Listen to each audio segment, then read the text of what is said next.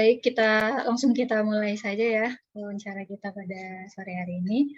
Baik, Bismillahirrahmanirrahim. Assalamualaikum warahmatullahi wabarakatuh.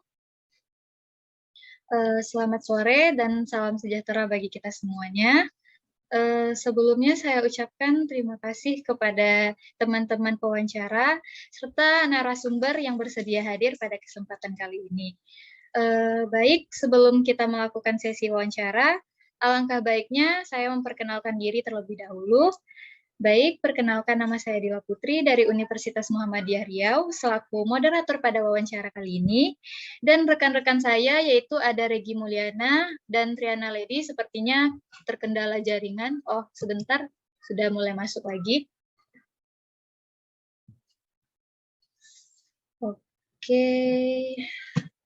Oke, baik.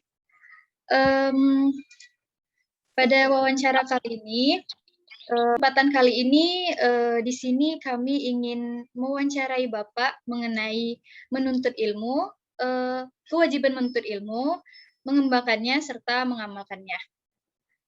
Dan sekarang sudah ada narasumber kita, yakni ada Bapak Wedi Hartoyo, yang mana Bapak Wedi ini merupakan salah satu guru di SMAN 2 Pekanbaru. Selamat sore Pak Wedi. Halo Pak Wedi, apakah sudah? Ya, sore. Sore. Terima kasih Bapak sudah meluangkan waktunya untuk kami wawancarai. Baik, langsung saja kita masuk pada sesi wawancara kita kali ini. Adapun kami di sini akan mengajukan beberapa pertanyaan kepada Bapak mengenai tentang kewajiban menuntut ilmu. Baik, adapun pertanyaan pertama yang akan ditanyakan oleh rekan saya yaitu... Hilang suaranya? Oh, hilang-hilang. Baik, sekarang apakah sudah jelas, Pak? Mbak, maaf suaranya hilang, Mbak. Kalau diulang lagi. Oke, maaf karena terkendala jaringan. Apa sekarang suaranya sudah kedengaran? Kedengaran? Sudah. Sudah, Mbak. Sudah, oke, baik. Terima kasih kepada Bapak. Maaf sebelumnya karena terkendala jaringan. Baik, akan saya lanjutkan. Langsung saja kita masuk ke sesi wawancara kita pada sore kali ini.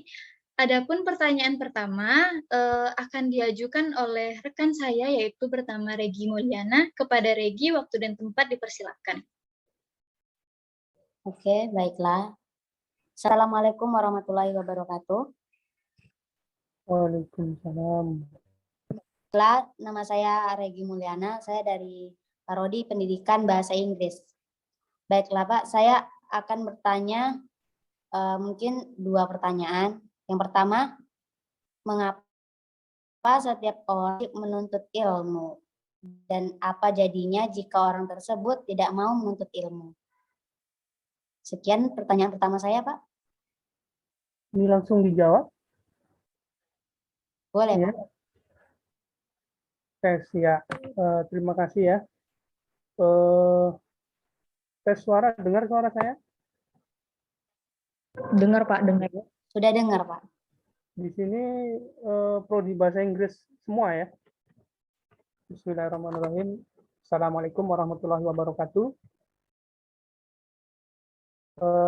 Perkenalkan saya Wedi Hartoyo, ST. Saya guru SMA Negeri 2 Pekanbaru atau informatika. Baik, langsung aja saya jawab ya. Pertanyaannya tadi, mengapa setiap orang wajib menuntut ilmu ya? Dan apa jadinya jika orang tidak mau menuntut ilmu? Jadi membawa ke sabda Rasulullah bahwa di hadisnya menuntut ilmu itu hukumnya wajib bagi setiap muslim ya. Waktunya adalah dari buayan atau bayi sampai masuk liang kubur. Kemudian ada lagi sabda Rasulullah, siapa yang menempuh jalan untuk mencari ilmu, maka Allah akan memudahkan baginya jalan ke surga. Ini hadis riwayat Muslim ya. Jadi dari hadis tersebut bahwa sangat jelas sekali perintahnya bahwa dalam Islam itu menuntut ilmu hukumnya adalah wajib. Artinya adalah jika dikerjakan dan dilaksanakan kita akan mendapat pahala, dan jika diabaikan atau tidak dilaksanakan kita akan mendapat dosa. Jadi kita sebagai seorang muslim, marilah kita memanfaatkan kesempatan hidup yang diberikan oleh Allah Subhanahu wa taala untuk menyegerakan menuntut ilmu yang benar. Benar dalam artian sesuai dengan Al-Qur'an dan hadisnya. Tuh. Waktu untuk menuntut ilmu ialah sejak manusia dilahirkan dan berakhir pada saat manusia meninggal dunia. Kalau bahasa teman-teman Andi di sini adalah apa namanya, long life education, ya, pendidikan seumur. Manfaatnya itu saya rangkum semuanya dari banyak manfaat, mungkin saya bisa sebutkan beberapa. Yang pertama itu adalah ilmu merupakan cahaya kehidupan dalam kegelapan yang membimbing manusia kepada jalan yang benar. Kemudian yang kedua, orang yang berilmu menjanjikan Allah akan ditinggikan derajatnya menjadi orang yang mulia beserta orang-orang yang beriman. Kemudian yang ketiga, ilmu dapat membantu manusia untuk meningkatkan taraf hidup menuju kesejahteraan baik rohani maupun jasmani. Kemudian yang keempat, ilmu merupakan alat untuk membuka rahasia alam, rahasia kesuksesan hidup baik di dunia maupun di akhirat. Ya, mungkin saya jelaskan kembali di hadis Nabi bahwa barang siapa yang menginginkan kehidupan dunia, maka ia harus memiliki ilmu. Dan barang siapa yang menginginkan kehidupan akhirat, itu pun harus dengan ilmu. Dan barang siapa menginginkan keduanya, maka itu pun harus dengan ilmu. Itu hadis riwayat Tabrani. Kemudian kalau dalam menuntut ilmu itu mempunyai peranan yang akademik di sekolah, namun lebih dari itu guru diharapkan juga dapat menanamkan nilai-nilai positif pada siswa, karena guru merupakan role model bagi para siswanya. Jadi hal yang penting selain saya memotivasi dan lain-lain, mungkin ya saya selalu menekankan bahwa karakter para guru harus membangun karakter siswanya. Bisa jadi dengan yang pertama itu menjadi contoh bagi siswanya, ya, kemudian menjadi apresiator, ya, kemudian yang selanjutnya bisa mengajarkan nilai moral pada setiap pelajaran, bersikap jujur dan terbuka pada kesalahan, gitu ya. Kemudian mengajarkan sopan santun, ya, adab lah. Itu siswa untuk belajar menjadi pemimpin atau leader, ya, dalam kelas maupun di luar kelas, gitu. Berbagi pengalaman inspiratif, ya, guru juga untuk siswa, gitu. Itu Regi Mulyana.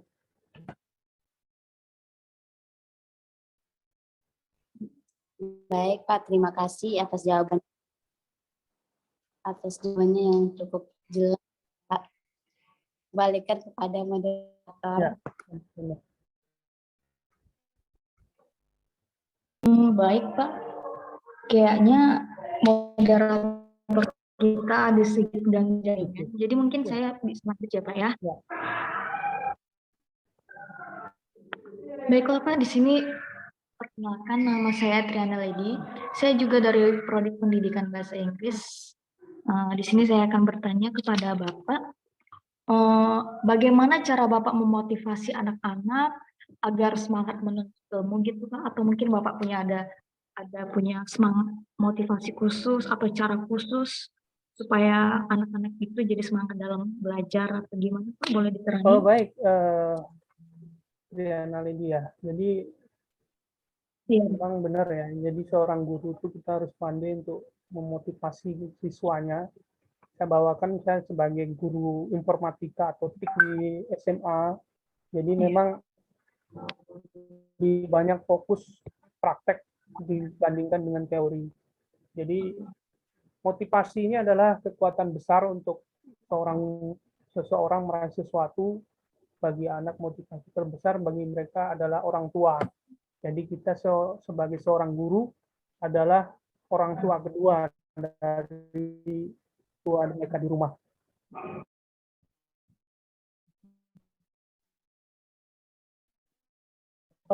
Cara saya mungkin sambil bermain ya. Jadi dunia anak kan berbeda ya dengan kita guru juga. Jadi seorang guru juga pandai untuk bisa membawa siswanya untuk mereka yang supaya tidak bosan gitu. Kemudian ya kita harus lama di sekolah. Namun diberikan pujian, diperhatikan guru gitu.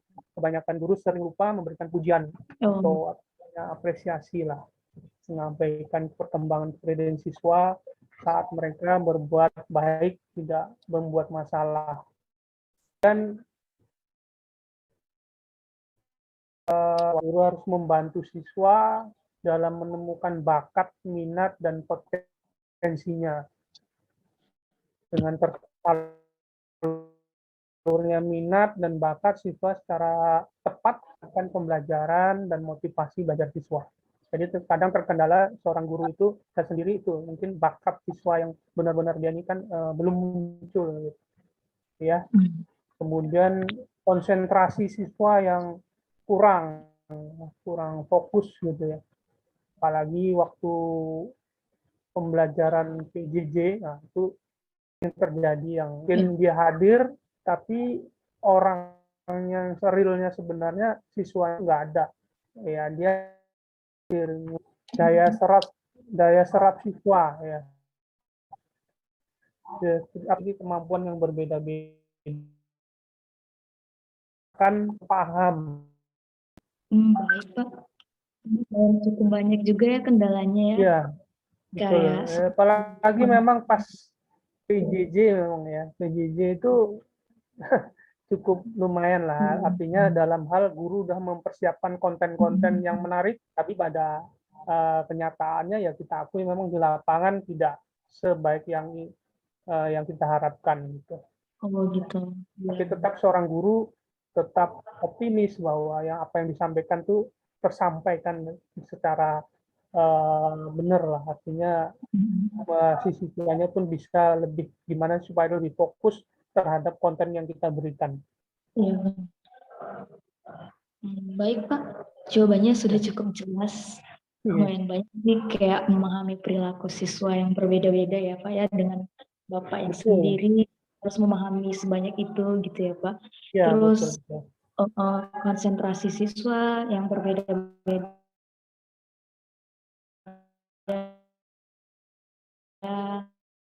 serapnya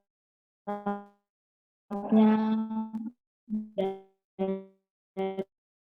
tangkap otak. Baiklah, di sini mungkin saya akan lanjut pertanyaan kami. Apa hal yang paling penting Bapak persiapkan sebelum mengajarkan ilmu baru kepada peserta didik? Atau mungkin Bapak ada mempersiapkan sesuatu gitu Pak, biar anak-anak itu langsung semangat menerima pelajaran baru gitu. Bapak ada sesuatu? Oh, baik. Ya. Jadi dalam hal kita mengajarkan, mungkin seorang guru untuk mempersiapkan hal-hal yang kita ketika berdiri di depan kelas atau memberi motivasi, test briefing dan lain-lain. Tapi yang paling penting sebenarnya guru itu harus bisa mempersiapkan rencana pembelajarannya dulu. Tidak baik hanya guru itu hanya masuk apa yang ada di kepala langsung enggak. Tapi kita sebagai guru memang harus pandai harus bisa untuk membuat apa namanya, atau bagi seorang guru memberikan pelajaran supaya lebih sistematis dan terencana guna mencapai tujuan pembelajaran dengan maksimal. Yang berikutnya, yang kedua, guru mempersiapkan media pembelajaran ya. Gurunya dan yang lebih menarik dan siswa juga lebih fokus ya. Jadi media pembelajaran harus dipersiapkan oleh guru untuk menarik perhatian siswa guna merangkul efektif, kemudian psikomotif sendiri memiliki pengertian ranah yang mencakup kemampuan berpikir siswa, yang mencakup pengetahuan, hafalan, dan ingatan, cara pemahaman yang analisis gitu. Kemudian yang ketiga, mempersiapkan dan mempelajari materi pelajaran sebelum ya. Saya kembalikan kepada moderator, mungkin udah membaik gimana? Oke, Halo, baik. Mbak Ila. Oke. Baik. Ini sudah kedengaran? Halo, suara saya kedengaran? Oh, kedengaran? Udah. Oke, baik. Kedengaran. Baik. Oke, baik. Baik, terima kasih. Oke, baik. Terima kasih kepada... Dimatikan aja kameranya, nggak apa-apa, Dila. Mungkin jaringan. Kenapa, Pak? Mungkin jaringan dimatikan aja, kameranya juga nggak apa-apa, Dila. Mungkin susah Oh ya. iya. Putus suara Dila. Oke. Ya. Oke, baik. Sekarang gimana, udah kedengaran? Kedengaran, Mbak. Oke, baik. Baik, terima kasih atas pertanyaannya, Tiana, dan jawaban yang sangat luar biasa dari Pak Widi. Jadi di sini kita sama-sama mengetahui bahwa tidak selamanya ada kemudahan dalam menyebarkan dan mengajarkan ilmu. Tentu saja harus ada dorongan dan motivasi dalam meraih dan menyebarkan ilmu tersebut. Dan benar sekali, sebagai seorang pendidik tentu harus ada persiapan yang matang ya Pak sebelum mengajar, mungkin seperti menentukan bahan ajar dan lain-lain sebagainya. Baik, sebagai penutup dari saya, yaitu ada pertanyaan terakhir dari saya. Pertanyaannya adalah, pesan apa yang ingin Bapak sampaikan kepada calon pendidik di masa depan? Baik, itu saja. Terima kasih. Oke, terima kasih. Jadi guru adalah tulang punggung pendidikan, jadi formal maupun non formal ya. Maju mundurnya itu sekolah, mungkin madrasah, sebaik-baik input calon siswa, jika didampingi para guru yang tidak profesional, akan mampu menghantarkan mereka menjadi siswa-siswa yang berprestasi, cerdas, memiliki daya saing yang kuat, ya.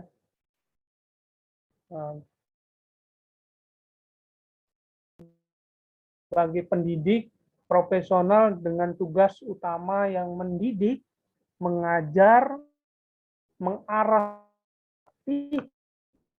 menilai, dan mengevaluasi peserta didik pada pendidikan anak usia dini, jalur pendidikan formal. Profesi guru ini merupakan pesannya itu mungkin siapakah guru yang profesional, mungkin untuk pesan-pesan guru yang profesional itu yang bagaimana sih ya. Jadi ya itu jadi guru adalah tulang punggung pendidikan formal maupun non formal. Maju mundurnya tergantung dari Bapak Ibu guru semua. Jadi jadilah guru yang kreatif ya, yang inovatif, inspiratif gitu. Lebih untuk pelajar yang zaman now lah gitu ya. Gitu. Jadi enggak seperti dulu lagi guru tuh hanya mengajar, tapi sekarang lebih ditekankan lebih banyak lagi. Guru bisa bersikap bijaksana, fleksibel, peka, memahami proses, mampu mengendalikan diri, bersikap konsisten ya, tidak pilih lah. penting itu cinta profesi pendidik ya, pendidikan. Cinta terhadap profesinya. Itu Mbak Dila. Baik, baik. Wah, berarti guru itu tak hanya harus mahir dalam mengajar, tetapi harus kreatif dan inovatif juga ya Pak ya. Betul, betul. Ya. Oke, baik. Wah, sangat luar biasa sekali ya pesan dari Bapak Dedi pada sore hari ini. Sekali lagi saya ucapkan terima kasih atas jawaban dan respon Bapak yang sangat bagus sekali. Baik, dengan berakhirnya sesi wawancara tadi, maka berakhir pula lah pertemuan kita pada kesempatan kali ini. Saya selaku moderator dan mewakili rekan-rekan saya ingin meminta maaf kepada Bapak apabila ada kesalahan kata. Dan sekali lagi saya ucapkan terima kasih kepada Bapak yang telah meluangkan waktunya serta bersedia memberikan respon yang sangat positif kepada kami semua. Semoga apa-apa yang Bapak sampaikan dapat bermanfaat dan menjadi bekal untuk kami semua sebagai calon pendidik di masa depan. Amin, amin ya rabbal alamin. Oke, baik. Sekian saya akhiri. Wabillahi taufiq wal hidayah. Wassalamualaikum warahmatullahi wabarakatuh. Waalaikumsalam warahmatullahi wabarakatuh.